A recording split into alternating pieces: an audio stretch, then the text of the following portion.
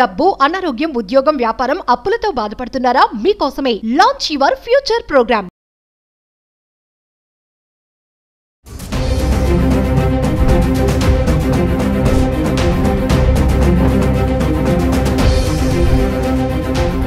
నమస్తే, welcome back to Suman TV. ప్రస్తుతం మనతో పాటు ఉన్నారు consumers affairs committee chairman Mandari Krishnareddy గారు.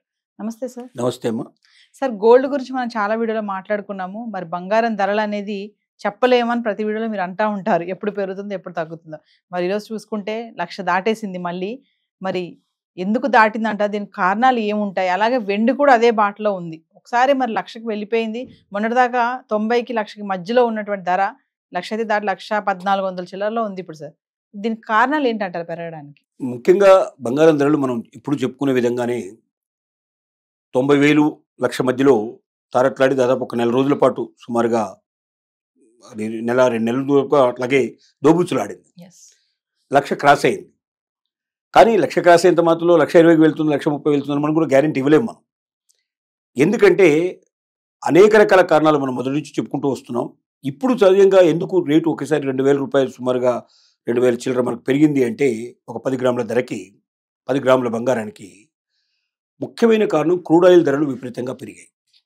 ఎంత పెరిగాయంటే అంతర్జాతీయ మార్కెట్ లోపల దాదాపు 20% నుంచి 40% మధ్యలో రేట్లు ఒకేసారి పెరిగిపోయాయి. దాని ప్రభావం మొత్తం ప్రపంచం అంతా ఉంటుంది. క్రూడ్ ఆయిల్ ధర పెరిగేసరికల్లా అన్ని రవాణా మొత్తం ఆయిల్ మీద ఆధారపడి ఉంటుంది. కాబట్టి క్రూడ్ ఆయిల్ నుంచి ఆయిల్ వస్తుంది, డీజిల్ వస్తుంది, అన్నీ వస్తాయి. మనకు పెట్రోల్ వచ్చినా డీజిల్ వచ్చినా ఇవన్నీ కూడా ముందు క్రూడ్ పట్టుకొచ్చి ఆ క్రూడ్ ఆయిల్ని అంటే మొత్తం క్లీన్ చేయకుండా ఉండేటువంటి ఆయిల్ భూమిలోంచి వచ్చిన దాన్ని యాసిడ్గా కొనేసి దాన్ని ఏం చేస్తారు, సపరేట్ చేస్తారు. దాంట్లో డీజిల్ వస్తుంది, పెట్రోల్ వస్తుంది, గ్రీజ్ వస్తుంది, రకరకాలైనటువంటి ఆయిల్స్ వస్తాయి. ఆ మడ్డితోటి కూడా రకరకాలు తయారు చేస్తారు, వేరువేరుగా దాంట్లో తయారు చేస్తారు. ఈ మొత్తం బై ప్రోడక్ట్స్ వస్తాయి దాంట్లో. ఈ బై ప్రోడక్ట్ రావడానికి క్రూడ్ ఆయిల్ కారణం. క్రూడ్ ఆయిల్ ధరలు విపరీతంగా పెరిగడం ఒకటి. రెండోది, ప్రపంచ స్టాక్ మార్కెట్లో విపరీతంగా పడిపోయినాయి. నిన్న అమెరికన్ మార్కెట్ కుతలం అయిపోయింది, అతలాకుతలం అయిపోయింది. ఇవాళ ఇండియన్ మార్కెట్ పరిస్థితి కూడా అట్లాగే ఉంది సిచ్యువేషన్. అంటే ప్రపంచ స్టాక్ మార్కెట్లు పడిపోవడం కూడా ఒక కారణం. స్టాక్ మార్కెట్లు స్థిరంగా ఉంటే చాలామంది స్టాక్ మార్కెట్లో పెట్టుబడి పెట్టేందుకు ప్రయత్నం చేస్తారు.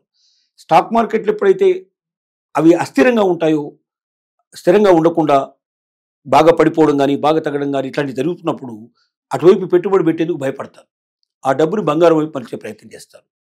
సో అంతర్జాతీయ మార్కెట్లో స్టాక్ మార్కెట్లు బాగా పడిపోవడం వల్ల ఒకటి క్రూడ్ ఆయిల్ ధరలు విపరీతంగా పెరగడం, ఒకటి ప్రజెంట్గా రేటు పెరగడానికి కారణాలు అవి. ఇవి స్థిరంగా ఉంటాయని చెప్పడానికి వీల్లేదు. మళ్ళీ 4 రోజుల్లో సూచీలన్నీ కూడా స్టాక్ మార్కెట్లో స్థిరంగా ఉండడానికి అవకాశం ఉంది. పెట్టుబడులు మళ్ళీ అటువైపు దారి మళ్లించే అవకాశాలు ఉన్నాయి. క్రూడ్ ఆయిల్ ధరలు తగ్గే అవకాశాలు ఉన్నాయి. అప్పుడు మళ్ళీ ఆటోమేటిక్గా బంగారం ధర తగ్గిపోయే అవకాశాలు కూడా ఉన్నాయి. కాబట్టి బంగారం ధర ఇది స్థిరంగా ఉంటుంది, మీకు 1,25,000 అవుద్ది, 1,50,000 అయిపోయింది, కొనుక్కోండి అని చెప్పి జనాలు చెప్పడం కరెక్ట్ కాదు. అలా అని పడిపోతుంది అని చెప్పడం కూడా కరెక్ట్ కాదు. ఏదేమైనా బంగారం అనేది అన్నిటికన్నా చాలా విలువైనటువంటి పదార్థం.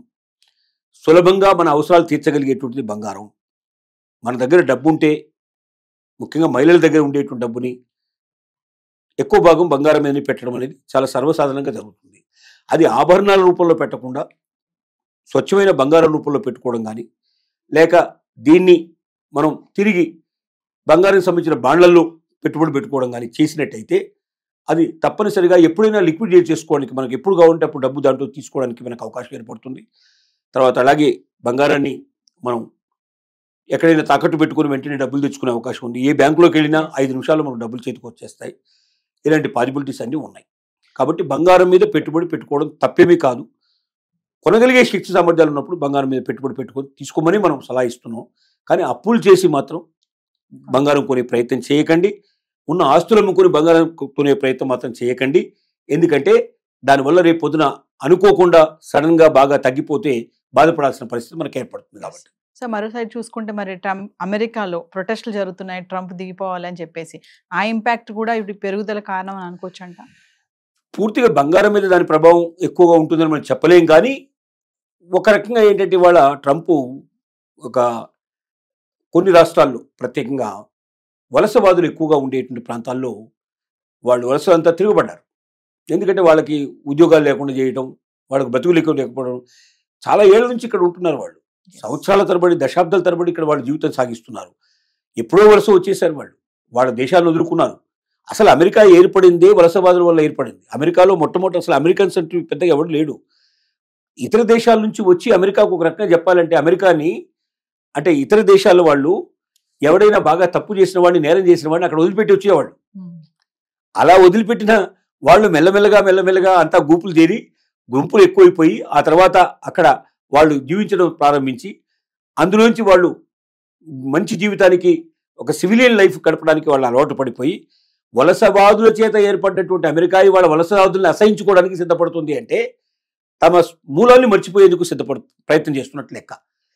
కొన్ని రాష్ట్రాల్లో అయితే 34%, 35% దాకా కూడా వలసవాదులు ఉన్నారు. అంటే 100 మంది ఉంటే దాంట్లో 35 మంది వలస నుంచి వచ్చిన వాళ్ళే, ఇతర దేశాల నుంచి వచ్చిన వాళ్ళే.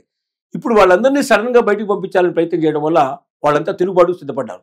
ఎలాగైనా ఈ దేశం నుంచి వెళ్ళి ఇంకో దేశంలో బతకడం చాలా కష్టం, చనిపోయేదేదో ఇక్కడే చనిపోదాం, అవసరమైతే పోరాటంలో చనిపోదాం అన్నంత దయగా ముందుకు వచ్చి పోలీసుల మీద కూడా రాళ్లు విసరటం, మిలిటరీ మీద కూడా వాడు దాడి చేయడం, తగలబెట్టేయడాలు ఇలాంటి విపరీతంగా జరుగుతున్నాయి. ఎమర్జెన్సీ ప్రకటించడం జరిగింది కొన్ని రాష్ట్రాల్లో.